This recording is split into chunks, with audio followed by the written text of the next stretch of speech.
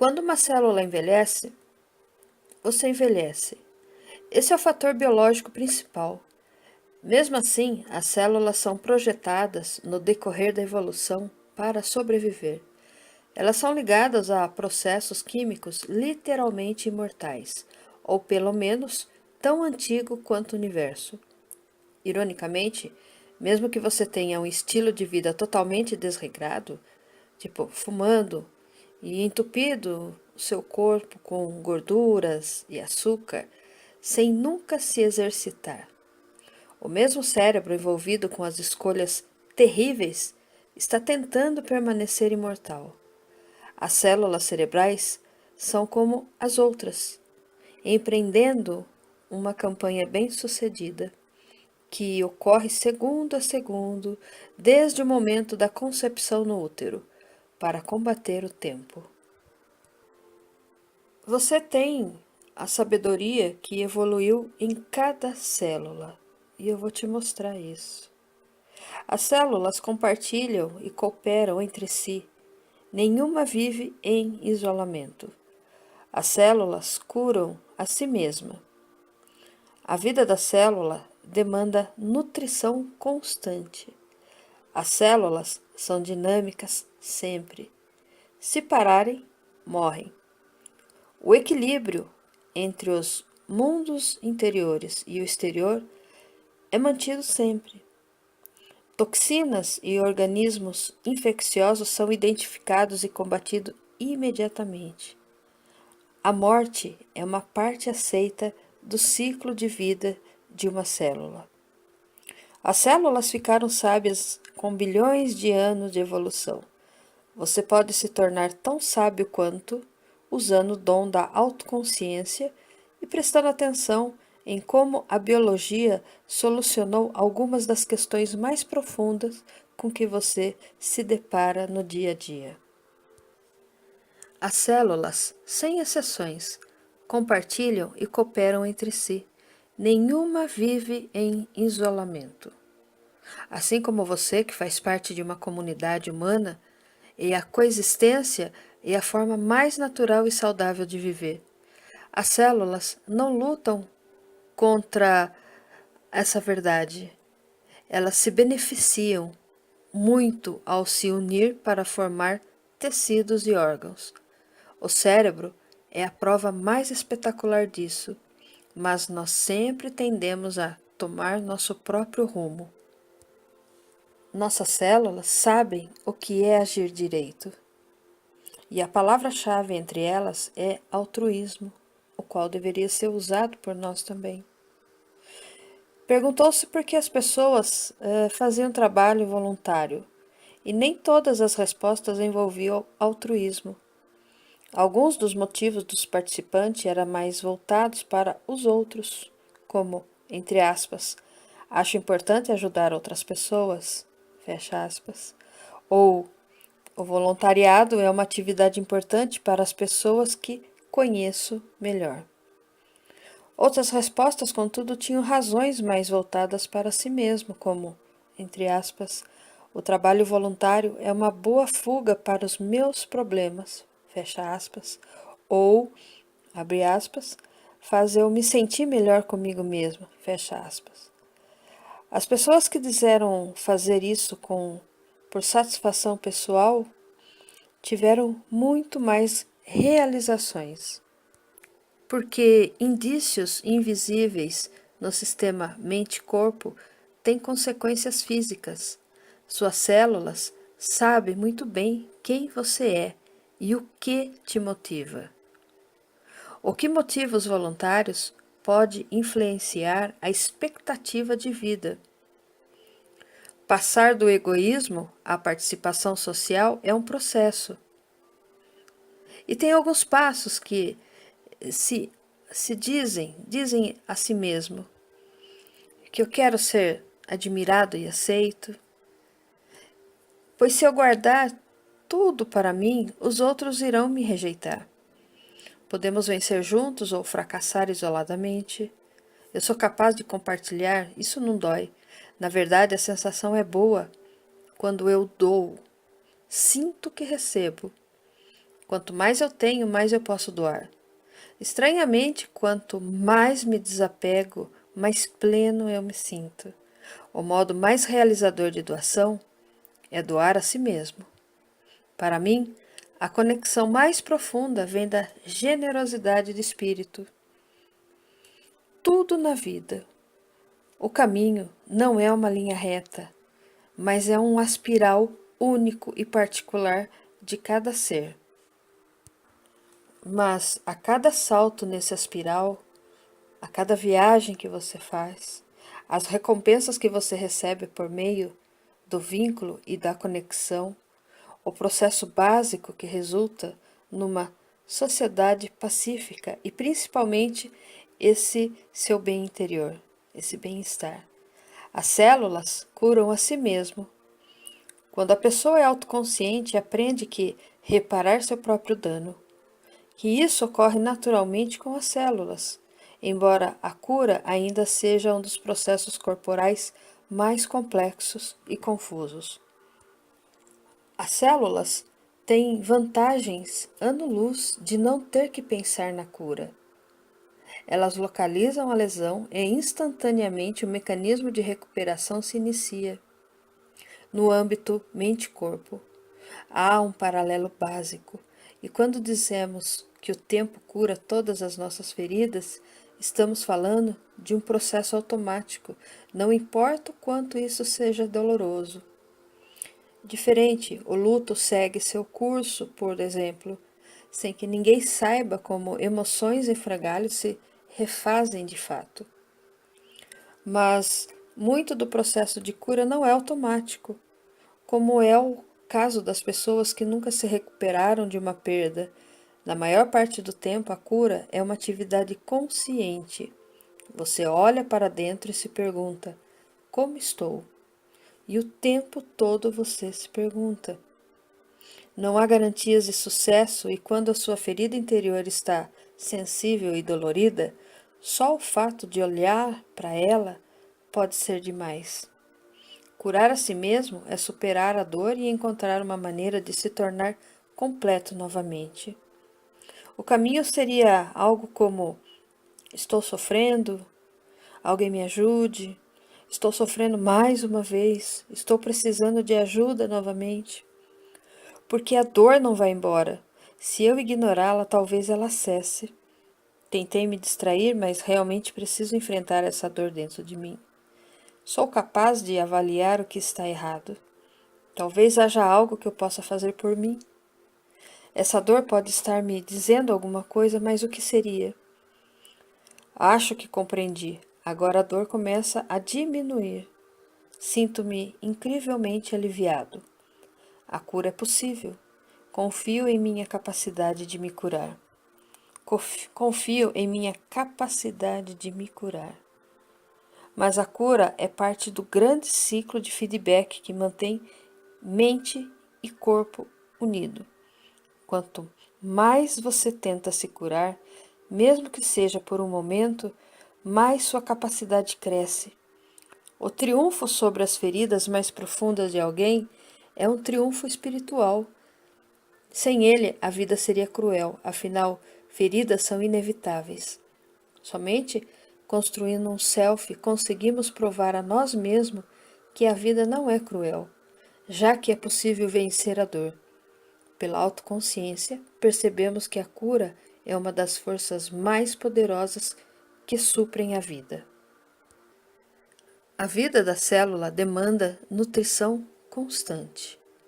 Uma célula consegue dedicar todo o seu tempo e energia às coisas que fazem a vida seguir em frente, tipo crescer, reproduzir, curar e administrar o seu mecanismo interno. Ao mesmo tempo, as células não ficam escolhendo o que é bom para elas. Todo alimento é bom. Não há tempo para errar ou flertar com estilos de vidas perigosos. E aqui vai uma pílula de sabedoria mais violada do que cumprida. Em nossa cultura, a excitação, o risco e perigo são palavras positivas, enquanto Equilíbrio, conformidade e moderação soam como coisas absolutamente enfadonhas, obsoletas.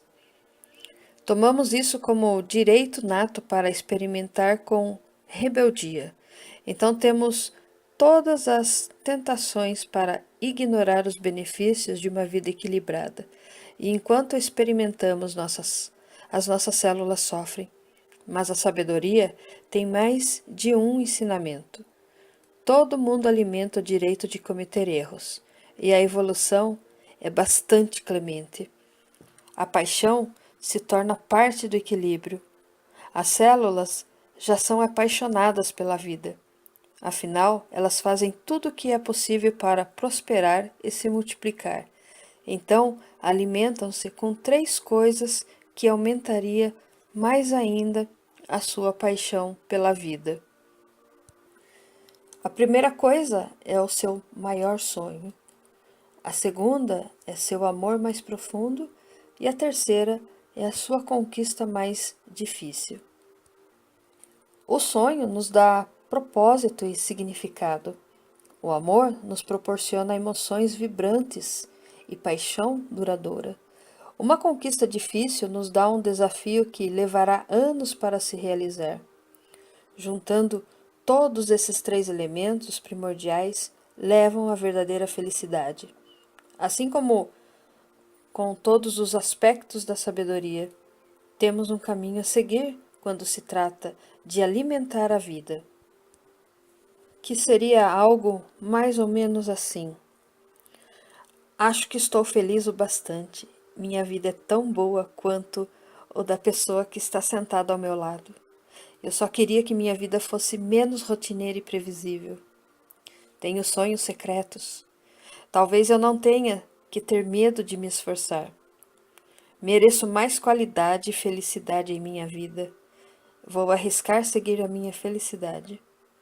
Minhas aspirações estão começando a se realizar. É inacreditável, mas o universo está do meu lado.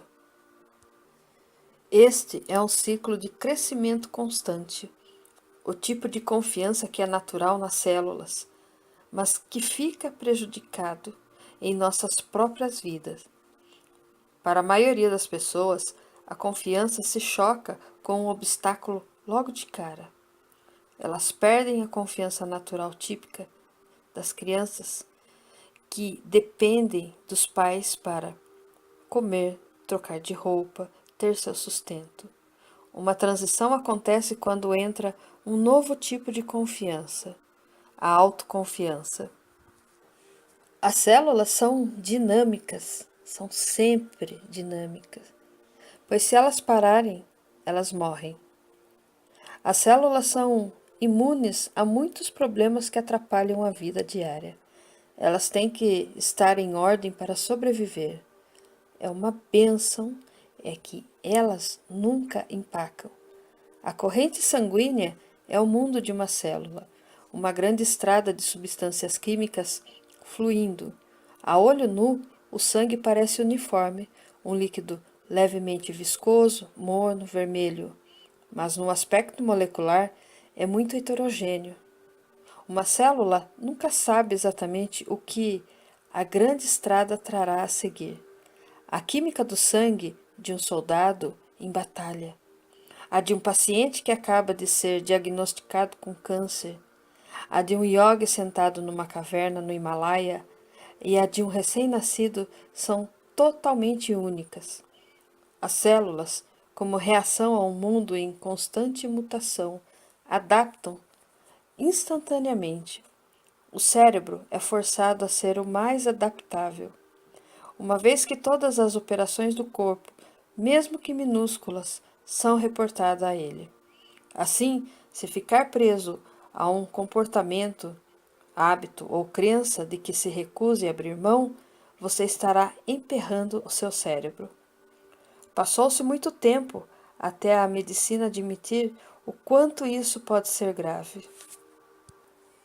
Há mais de 20 anos, alguns estudos iniciais sobre a ligação mente-corpo procuraram correlações entre a psicologia e doença.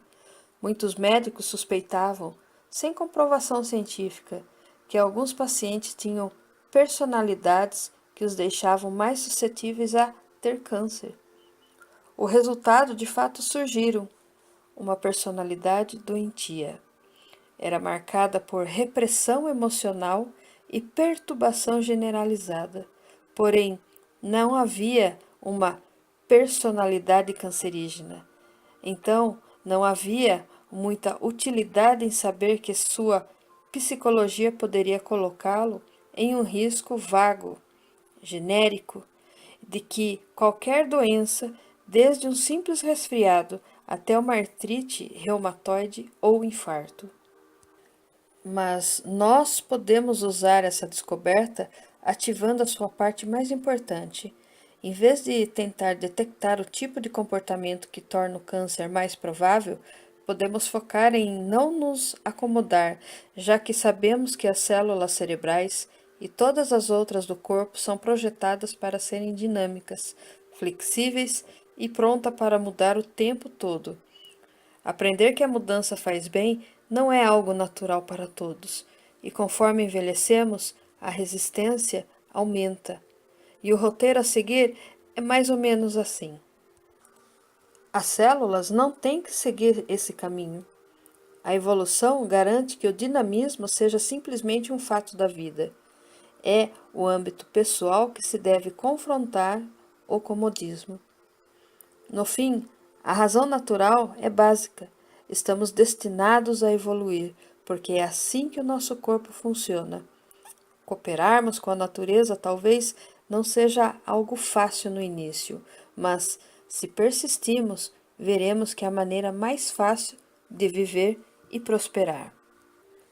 O equilíbrio entre os mundos interiores e mundos exteriores é mantido sempre.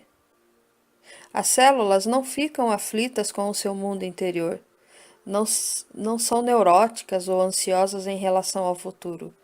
Elas não sentem remorso, embora certamente carreguem as marcas do passado. Pergunte ao fígado de um alcoólatra ou ao estômago de um ansioso crônico, por que não reclamarem? É fácil aceitar que as células não têm vida interior, mas elas têm. O que divide o interior e o exterior é uma membrana celular.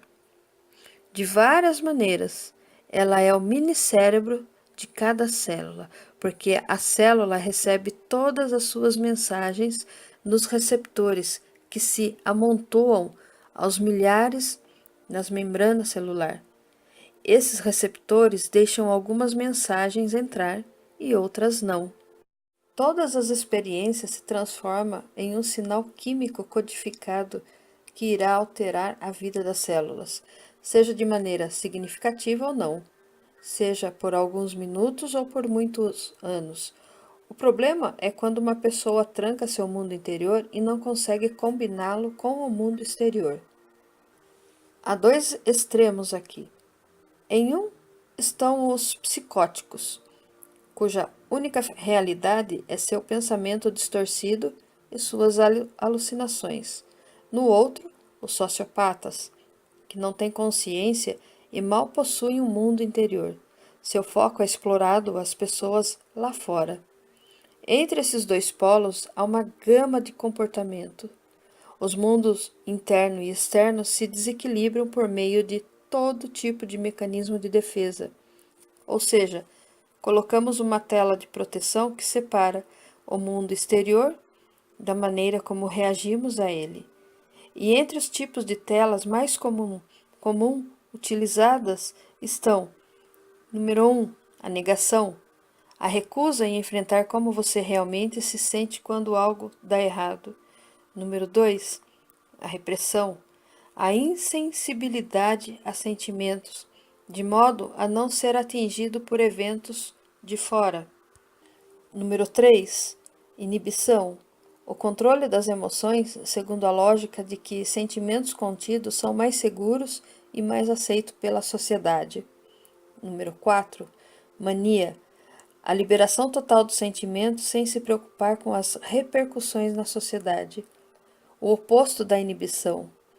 Número 5, vitimização, A negação de se dar prazer porque outros não vão proporcioná-lo a você, ou aceitar a dor por achar que a merece.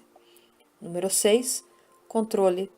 Tentar erguer um muro entre os mundos externos e interno para que nenhum limite seja ultrapassado. Número 7. Dominação. Usar a força para manter os outros em posição inferior, enquanto você se perde em sua própria fantasia de poder. Como seria para você viver sem essas telas? Em poucas palavras, você teria resiliência emocional. O corpo paga o preço por cada defesa que se constrói. As células não agem de qualquer uma dessas formas assíduas, formas distorcidas. Ao contrário, há um fluxo de entrada e saída, o ritmo natural da vida. A resposta interna das células equivale aos eventos externos. Restaurar esse ritmo direto de si exige muita consciência. Todo mundo tem uma carga psicológica e nossa tendência é ou proteger do nosso self de mais sofrimento ou ignorar nossa vida interior, porque é muito difícil de encarar. O caminho que leva ao equilíbrio entre o aqui dentro e o lá fora deve ser mais ou menos assim, como esse autodiálogo. A sensação não é boa, não quero lidar com isso. Não é seguro mostrar como me sinto. O mundo é um lugar assustador. Todos têm o direito de se proteger. Vou lidar com meus problemas amanhã. As coisas não parecem estar melhorando por conta própria. Talvez eu tenha que encarar as minhas atitudes obscuras e sentimentos reprimidos. Olhei para dentro de mim e vi que há muito o que fazer, mas não é tão assustador quanto eu imaginei. Puxa, é um alívio me libertar de problemas antigos. Estou começando a me sentir mais à vontade no mundo e muito mais seguros. Saiba que toxinas e organismos infecciosos são identificados e combatidos imediatamente. Se as células opinassem sobre a forma como conduzimos nossa vida, sem dúvida se mostrariam pasmas diante da quantidade de toxinas que toleramos. Por natureza, as células expelem substâncias tóxicas imediatamente ou as neutralizam. A principal atribuição do sistema imunológico é diferenciar os invasores nocivos dos inofensivos. A função dos rins é filtrar as toxinas do sangue. Uma grande flora bacteriana está presente nos intestinos e lá deve permanecer. Tomar antibiótico elimina indiscriminadamente a maior parte das bactérias do corpo e prejudica a digestão por um tempo, às vezes dramaticamente. É uma igualdade vasta, de vasta variedade de bioquímicos que corre no sangue. O sistema imunológico evoluiu para distinguir os bons dos maus. A inteligência de seu corpo está bem acostumada com a toxicidade e se proteger contra ela. Para o ser humano, a mesma lição é muito mais difícil de aprender. Aprenda que a morte é uma parte aceita no ciclo da vida de uma célula. As células fazem algo que só poderemos invejar e mal entender. Elas concentram toda a sua energia em permanecer viva e, mesmo assim, não têm medo de morrer. Já falamos de apoptose, que é a morte programada que geneticamente diz a uma célula a hora de morrer. Mas penso que não, mas vamos falar sobre isso. Mas na maior parte do tempo, as células se dividem em vez de morrer do modo como tememos. Elas desafiam a mortalidade quando se transformam em uma nova geração de células. A reencarnação ocorre diante de seus olhos se você observar a mitose celular através de um microscópio. O ser humano tem uma atitude mais insegura quanto a morrer, porém, nas últimas décadas. A sabedoria das células está perfeitamente correlacionada com os maiores professores do mundo. A morte não é o oposto da vida, ela faz parte da vida, o que abrange tudo. Tudo que nasce, morre, e no esquema cósmico, a morte é apenas uma transição para um outro tipo de vida. A renovação é um tema constante da natureza, e esses assuntos são controversos quando pessoas comparam suas crenças religiosas, ou quando entram em guerra por uma verdade dogmática. Contudo, as células não são teológicas, nem a natureza como um todo. Lidar com a morte é tão pessoal que transcende a crença. A morte é um processo que passa por estágios. Hoje, esses estágios são conhecidos como luto, negação, raiva, negociação, depressão e aceitação. Essas são as 5 fases da dor emocional. Morrer é parte natural da vida, assim como toda célula em seu corpo já passou por isso. O caminho para fazer as pazes com a morte segue passos, e um deles é conquistar a sabedoria, que é um projeto de vida. Somos encorajados pela nova terceira idade e por estudos que mostram o lado positivo de envelhecer, que pode ser classificado sob o título de maturidade. Pessoas mais velhas geralmente têm pior desempenho em testes de memórias e QI, em comparação com os mais jovens, mas em aspecto de experiência de vida, elas superam. Isso é especialmente verdade em testes que pedem que você tome uma decisão em relação a uma situação desafiadora, como demitir um funcionário, contar a um amigo que a esposa está o traindo ou enfrentar um diagnóstico de uma doença grave na família. O que se precisa em situações assim é de muita maturidade, e apesar de a inteligência emocional entrar em ação, não há um único aspecto do QI que se iguale à maturidade. É necessário viver uma vida para adquiri-la. Porque se você não viver essa vida em conformidade com a evolução, assim como incorporada em suas células. Então aprenda um pouco. Esse tema hoje, que é sobre a cultura das células, talvez pode abrir um feixe de conhecimento, um feixe de novas entradas de informações, que nós podemos sim fazer como as nossas células, que é aceitar, amar, tratar as diferenças com igualdades, saber acolher as adversidades, saber acolher a nós mesmos, saber olhar a nós mesmos, equilibrar o interno com o externo. Muito obrigado por me ouvir. Até a próxima.